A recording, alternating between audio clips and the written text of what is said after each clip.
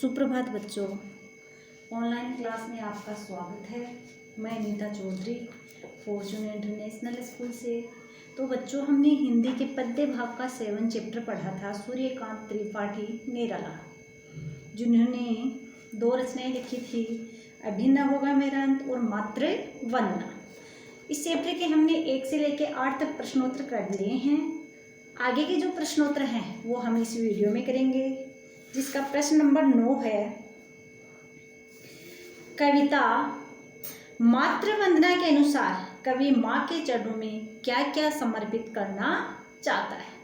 तो उत्तर में लिखेंगे, मातृवंदना कविता के अनुसार कवि माँ भारती के चरणों में अपने जीवन के समस्त यानी सारे स्वार्थों को और अपने श्रम से अर्जित सब फलों को समर्पित करना चाहता है। कवि जीवन भर में संचित सारे धन वैभव के साथ अपना शरीर भी माँ भारती के चरणों में समर्पित करना चाहता है।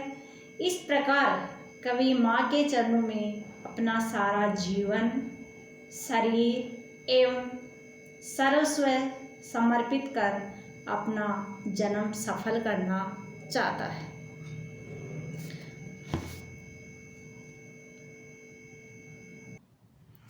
प्रश्न नंबर 10 है, अभिन्न होगा मेरा अंत कविता का मूल भाव स्पष्ट कीजिए।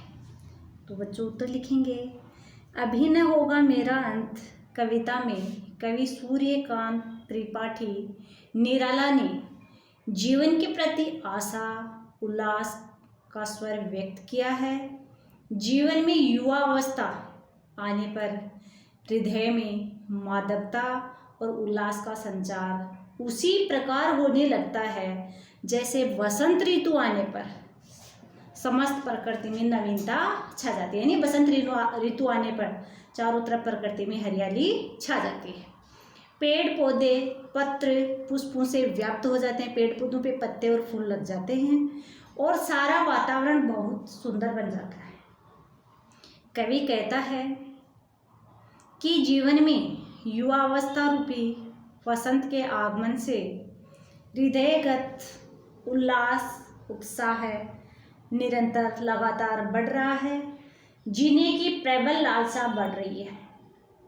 इसीलिए हाथ पर हाथ रखकर बैठने की बजाय कुछ कर्म यानी कार्य अच्छे करने जिसे सौंदर्य बढ़ाने का मौका मिला है।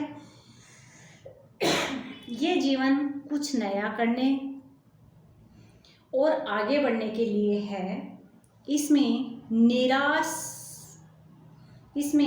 निराशा न रखकर आशा और उत्साह रखना बहुत जरूरी है।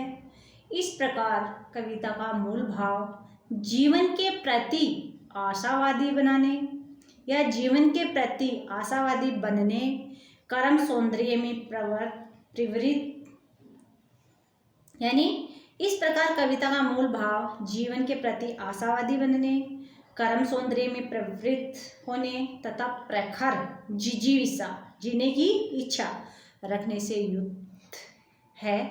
ये इसमें बताया गया है कि अभिनव होगा मेरा अंत। इसमें कवि ने कहा है कि जिस प्रकार हमारी युवावस्था में हृदय में मादकता उल्लास का संचार होता है, उसी प्रकार वसंत ऋतु आने पर चारों तरफ प्रकृति में नवीनता छा जाती है, चारों तरफ हमें हरियाली हरियाली दिखाई देती है। इसी प्रकार कवि ने कहा है कि युवावस्था रूपी जो बसंत का आगमन हुआ है उससे हमारे हृदय में उल्लास उत्साह निरंतर बढ़ रहा है और हमारी जीने की जो इच्छा है वो भी लालसा है वो भी बढ़ रही है। इसलिए हमें हाथ पर हाथ रखकर नहीं बैठना है, बल्कि अच्छे अच्छे कार्य करने का हमें मौका मिला है। यानी अपने जीवन में कुछ नया करना है और नया करते हुए हमें आगे बढ़ना है। हमारे जीवन में निराशा न रख करके हमें आशा और उत्साह बनाए रखना है। प्रश्न नंबर 11 है, मातृवंदना कविता का केंद्रीय भाव अपने शब्दों में लिखिए। तो उत्तर लिखेंगे, मातृवंदना कविता राष्ट्रीय चेतना एवं देश प्रेम की भावना पर आधारित है।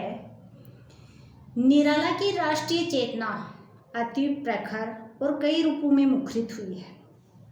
उन्होंने देश प्रेम से संबंधित कविताओं में सांस्कृतिक एवं सामाजिक परिवेश को जागृत करने का संदेश दिया है।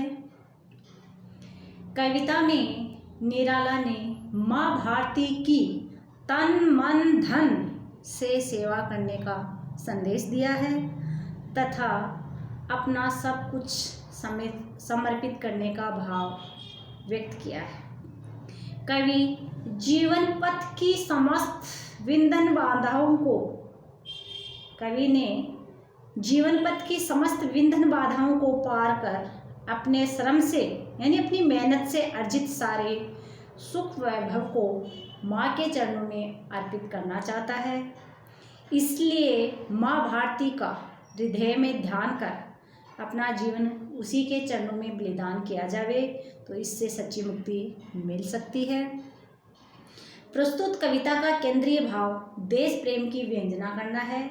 देश प्रेम के खातिर व्यक्ति को अपने कर्म सौंदर्य का सुफल भारत माँ के चरणों में अर्पित करना चाहिए तथा माँ भारती का ध्यान कर जीवन अर्पित करना पड़े तो संकोच नहीं करना चाहिए।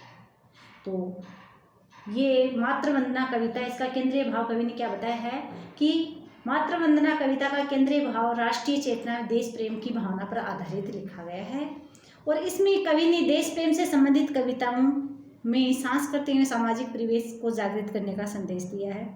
कवि निराला ने बताया कि माँ भारती की हमें सेवा तन मन और धन से करनी है तथा अपना सब कुछ माँ भारती के चरणों में समर्पित करना है।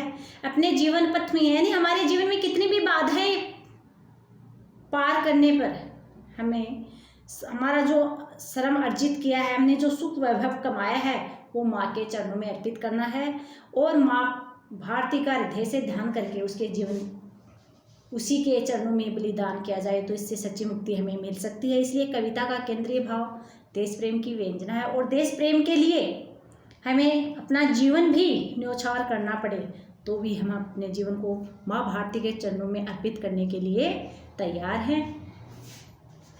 प्रश्न नंबर 12 है, निम्नलिखित पंक्तियों की सप्रसंग व्याख्या कीजिए। तो पहला क है हरे हरे ये पात, हरे हरे ये पात डालियां कलियां कोमल गात,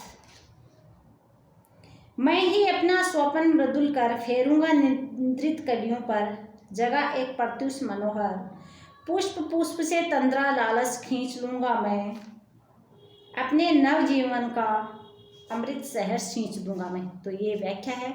इस व्याख्या को आपके जो बताई लिखाई गई है, आपको व्याख्या करवाई गई है, उसका अर्थ इसमें करना है आपको। ख है मेरे जीवन का ये प्रथम चरण, ख वाला है मेरे जीवन का, थर्ड नंबर की व्याख्या है उसका हमें इसमें अर्थ लिखना है। ग वाला है बाधाएं आए तन पर, तो ये 5 नंबर की जो व्याख्या है मातृवंदना की, उसकी व्याख्या इसमें उसका अर्थ लिखना है। तो सूर्यकांत त्रिपाठी जो निराला जिन्होंने 2 रचनाएं लिखी हैं, अभिनय होगा मेरा अंत और मातृवंदना, ये जो कविता है इसकी हमने सप्रसंग व्याख्या भी कर ली है और आज इसके प्रश्नोत्तर हैं वो भी कंप्लीट कर लिए हैं। ये प्रश्नोत्तर आपको याद करना है और इस चैप्टर से एक व्याख्या आपके एग्जाम में ज़रूर पूछी जाएगी। तो व्याख्या भी आपको अच्छे से याद करनी है और ये प्रश्नोत्तर आपको अपनी फेयर नोटबुक में करने हैं और साथ साथ में इनको याद भी करना है। धन्यवाद।